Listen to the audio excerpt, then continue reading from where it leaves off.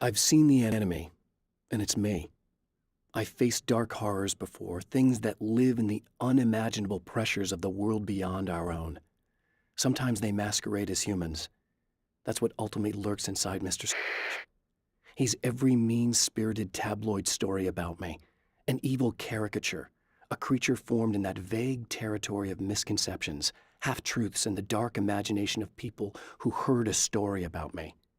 An urban legend made flesh, a serial killer, my dark half, brought to life by the power of Cauldron Lake.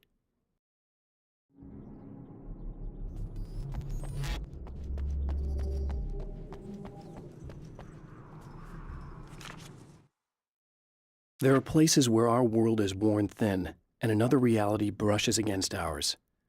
One such site is Cauldron Lake near Bright Falls, Washington. But there are others. That other reality is dark, vast, and malleable, always in flux. In its depths dwell vast forces and alien energies. They're dangerous. But in one of these places, if you know how, you can channel the power of that place and use it to shape reality.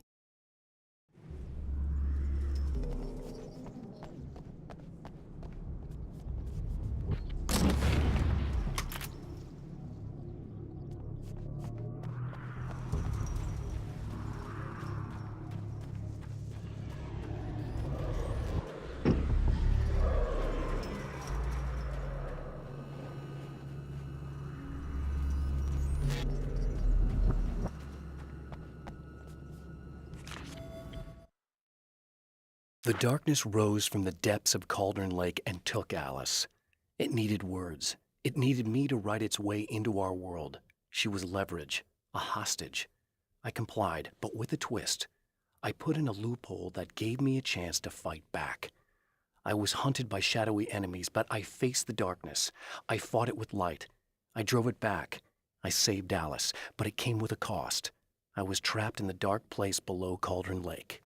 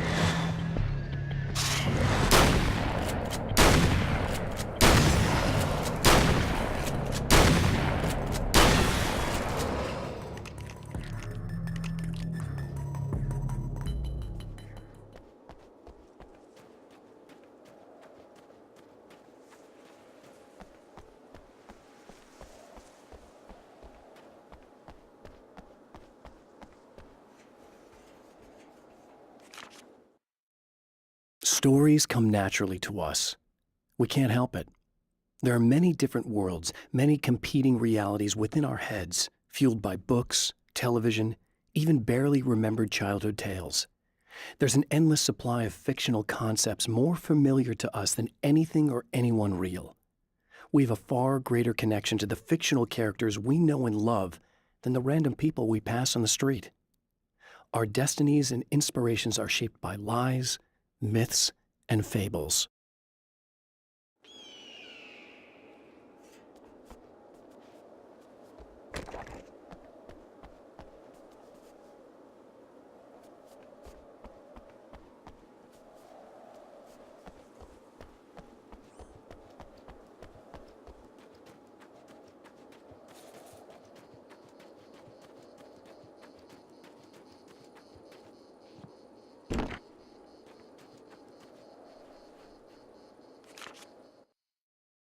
The Taken may well be the tool the darkness favors over any other.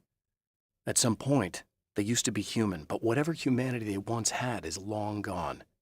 Now they're just shells covered and filled by darkness. The Taken Mr.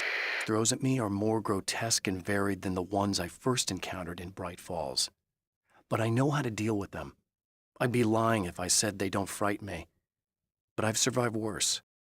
I can't let them stop me.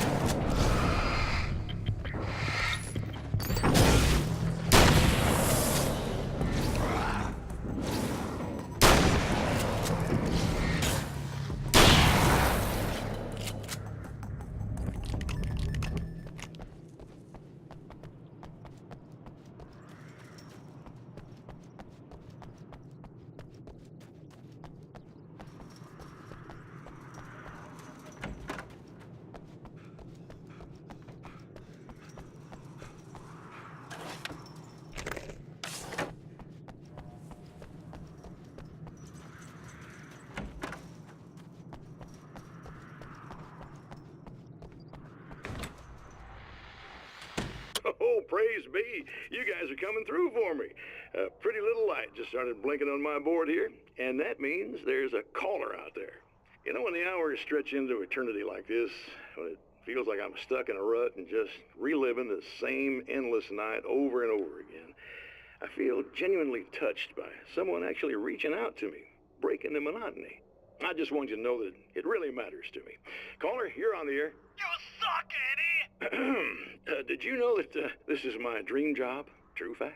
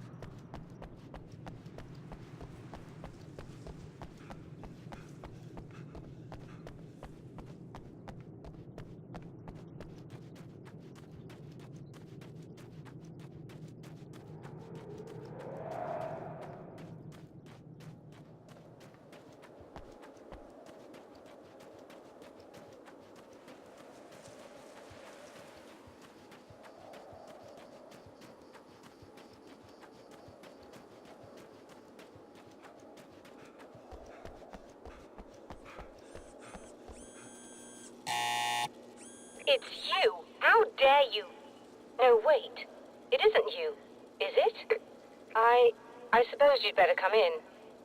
I'll unlock the door. Thanks.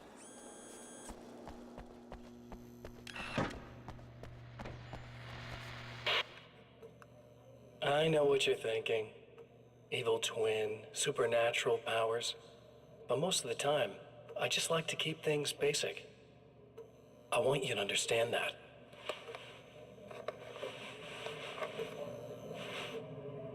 Like this. Need to get your hands dirty? No batteries, no moving parts, just physics. That's technology you can depend on. It's a classic. Speaking of classics, you need to be careful with this one, though. If the victim suddenly twists, you might end up cutting yourself. It's not really a workhorse, but I'm a sucker for this style. Now this is more like it. You've got slip-resistant grip. Believe me, you really want that traction once you're wrist deep in somebody. The blade's stiff enough so it won't open by accident in your pocket, but it's still really easy to open with just one hand. Now that's a big thing for me. I know what you're thinking. It's too big, too heavy. But sometimes you just need the extra oomph. If you're talking intimidation, this is gonna do the job. Also great for dismemberings and whatnot. You know, the messy jobs. I can't tell you how many things I've MacGyvered with this stuff.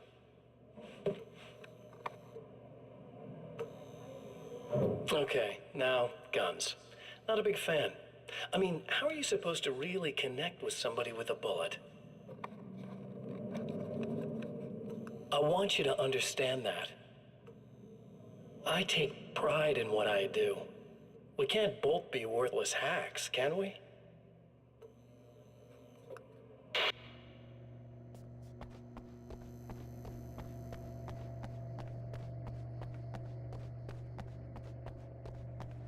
You'll have to forgive me, but this feels very strange. It seems like this has all happened before. I have the replacement part for your telescope, Doctor. All right. Let's get it installed.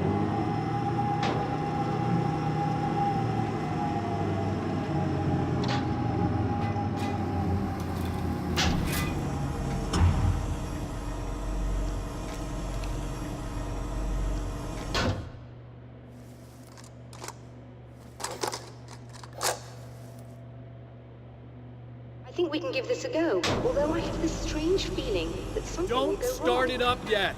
There's a problem with the coolant system. Yes, that's right. I remember.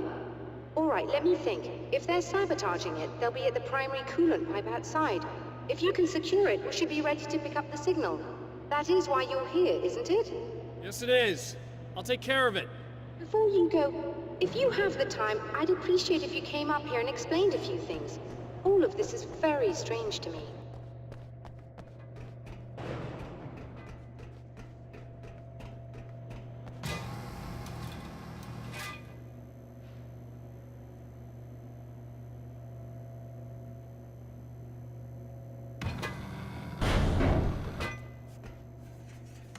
Hello. I don't quite know what's going on, but I seem to remember having had this encounter before. It's not deja vu, Doctor. This has happened before. We're caught in a time loop. That's utterly insane. How could that be? I can't really explain it. I suppose I could call it magic. I don't believe in magic. Neither do I, but I can't argue with what I've experienced. Listen, what matters now is the signal. The last time we only caught a part of it. I need the rest of it. Whether you believe me or not, you want to look into this as much as I do, right? Yes. All right. I realize that you have trouble believing this. That's an understatement. I can't deny that what you say resonates with me on some level I don't pretend to understand. But for all I know, I'm simply delusional. But it's not just you. I've experienced the same thing as you. Doesn't that prove something, at least? Maybe. On the other hand, given your appearance, and the fact that you're trying to convince me that I'm not insane, perhaps you're merely a hallucination that accompanies my delusions. You're not having a psychotic episode, Doctor. For what it's worth, I'm a skeptic by nature. I completely understand your reluctance to believe me. There are people caught so deep in their psychosis that they retroactively manufacture memories and beliefs that conform to the situation at hand. Sure, but you have to stop second-guessing yourself at some point, if you want to get something done.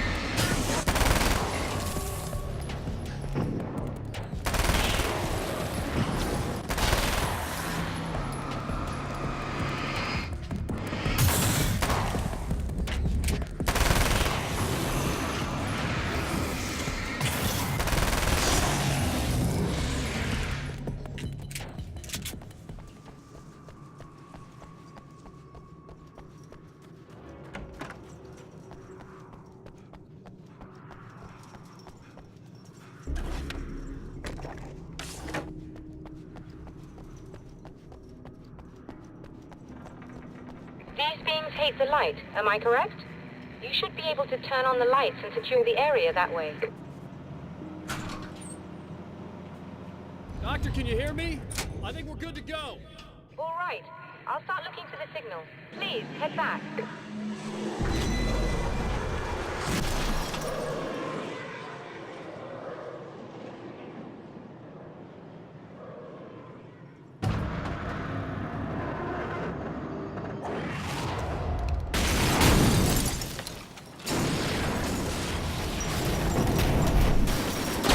I guess they didn't like it.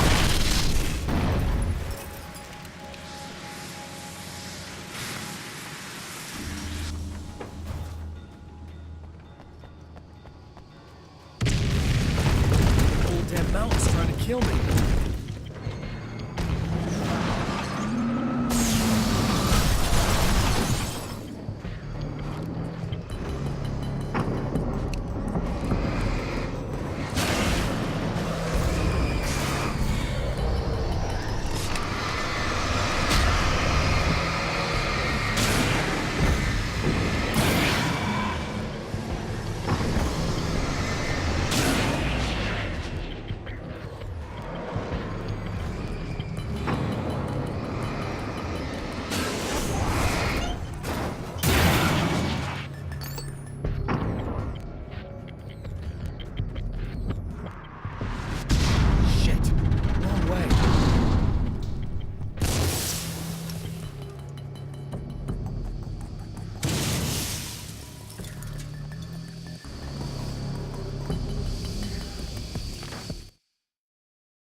After my disappearance, they thought I was dead. I might as well have been. I know it's been 2 years. I know Alice has moved on. I've tried to find a way back to her, back to my life, but escaping the dark place is almost impossible. Time does strange things here, but dreams and radio signals can pierce the veil between the worlds. I catch glimpses and echoes of the world. Sometimes I send messages out. I can only pray that they hear them.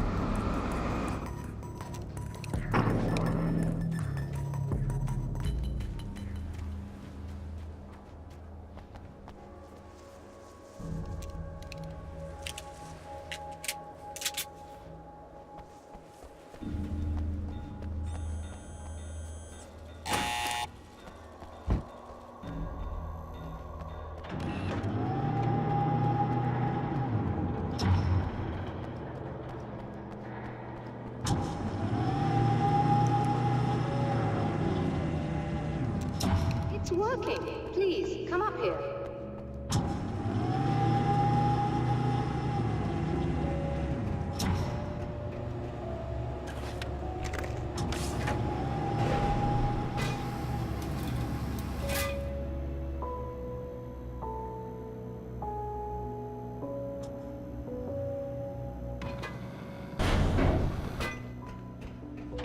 Find the signal?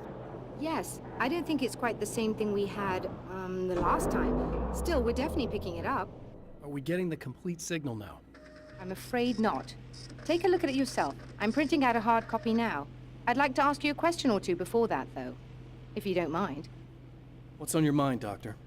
Most people would find these events extremely disturbing, provided that they survive these creatures, that is. You seem to be quite adept at dealing with the situation. Why is that? Yes. I was involved in... It's a complex story. I was in this small town, and a horrible thing from another dimension kidnapped my wife and manipulated me into writing this horror story that came true. I learned to fight it with light, and I managed to contain it and free my wife. But I was trapped in its world. Are you serious? Absolutely. So, I'm used to reality working in strange or even impossible ways. And I fought these things, not exactly like this, but close enough for a good while now. Of course, I have certain advantages. Was there anything else? What did you mean when you said you have advantages? At the risk of sounding like a lunatic, reality is much more fluid than people think. It can be influenced. I didn't take you for a mystic. I'm not. I'm a writer. And under certain conditions, I can, for lack of a better word, rewrite reality. Change things. That's absurd. But it works. Assuming I believe this, why don't you simply, I don't know, write yourself some superpowers? It's not quite that simple. You need to follow certain laws of drama, I suppose. You need to think about consistency and symbolism. Often what you write isn't anywhere near as important as what you imply. There are things out there that will take advantage of your mistakes. You really believe in this? Don't look at me like that. You've experienced some of this yourself. I will gladly admit that something exceedingly strange is going on. But this idea that you're somehow altering reality with your writing is ridiculous. You're essentially saying you're controlling my actions. Leaving aside the rational arguments against this, what gives you the right? Well, it's more like having a destiny. A path you're on. You're not aware of it, but there it is. If somebody changes it, what difference does it make? It's what every writer does. If you write something that affects one of the characters, they don't really know about that. I'm not a character. Are you saying that it's all right to take advantage of someone if they aren't aware of it? Look, all I meant was that if you're genuinely making all your own decisions, and those decisions lead to whatever destiny you have, what practical difference does it make? I suppose that depends on whether our destinies are determined by things like physics and probabilities, or natural reality, which is presumably neutral and impartial, or by some kind of an intelligence. If it's the latter, that intelligence makes choices based on some criteria. If we suffer as a result of those choices, there's a moral and ethical element involved, regardless of whether we're aware of its manipulations. Wouldn't you agree? You're taking this very well. I thought you'd be hangry. I suppose I would be if I thought you could actually do this. Another printout. Another signal fragment. The message is still not complete, but it's another piece of the weapon he has built against his adversary. Mere words on a piece of paper, but in the right hands, they will hold back the darkness.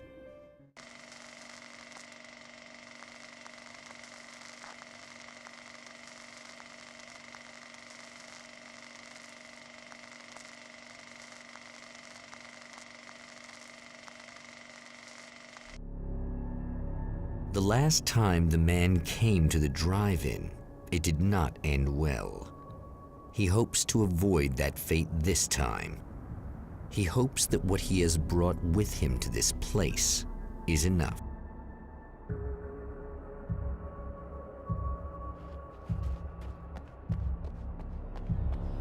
Sunrise. That's Alice's film.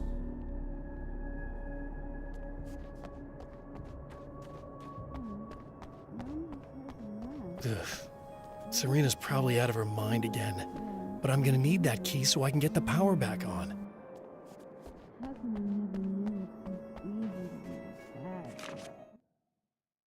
To change the world, you must craft a blueprint for the new reality. Any work of art will do, as long as it's a genuine act of creation. That's what the energies of the dark place respond to. The results may be subtle and perplexing, or far-ranging and momentous. My area of expertise, the written word, gives much more precise results than music or interpretive dance would, for instance. But words can be extremely dangerous. What you define may become reality, but so can that which you imply, even if you don't realize you're doing so.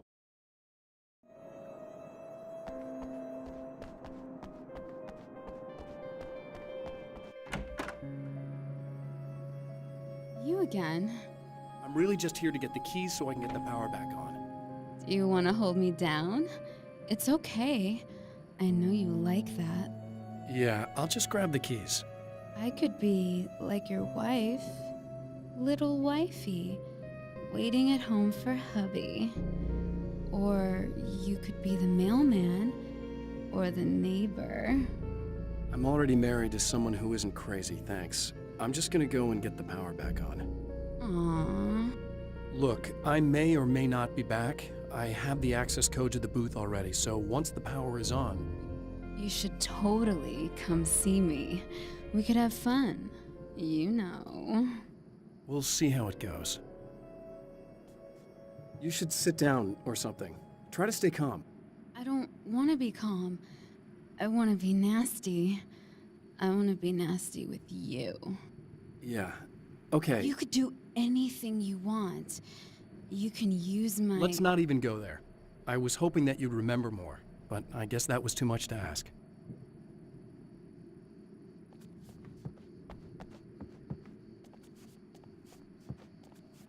I was about to do the weather, but I see we have a caller. Hey, you're on the air with Eddie. What's up? Hey, Eddie, it's Ricky. You talked about fate before. You think about that a lot? Not a lot, to be honest, but I take it you do. Oh, yeah. Oh, yeah. Any conclusions you'd care to share, Ricky? Well, we've got free will, right? That's in the Bible and everything. Yeah, all right, sure. So free will, right? Am I right? I mean, if we can do what we want, how can there be fate?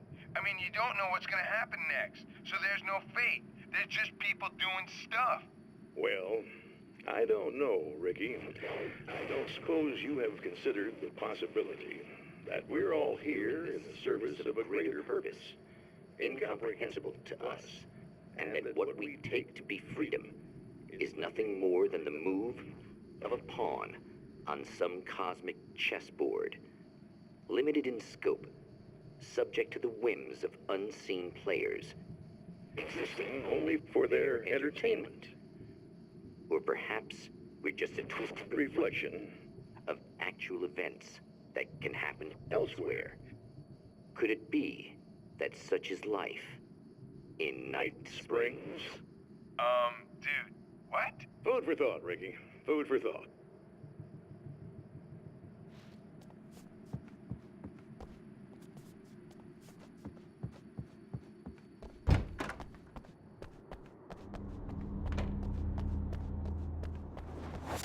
Are you getting it yet, genius?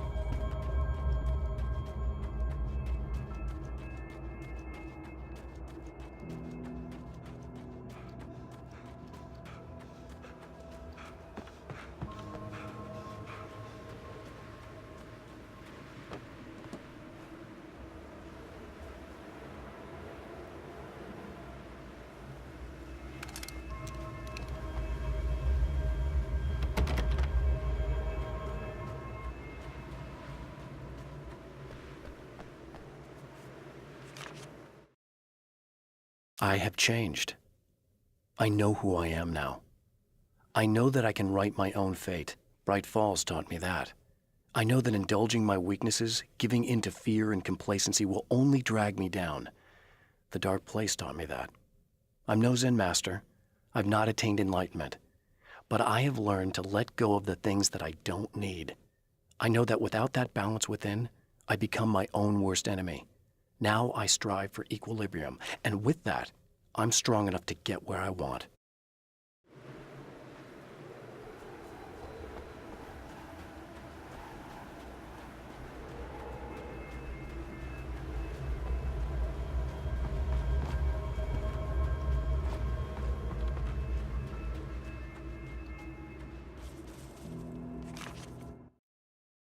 The car seemed to sail through the crisp mountain air in slow motion, spinning around one axis almost lazily.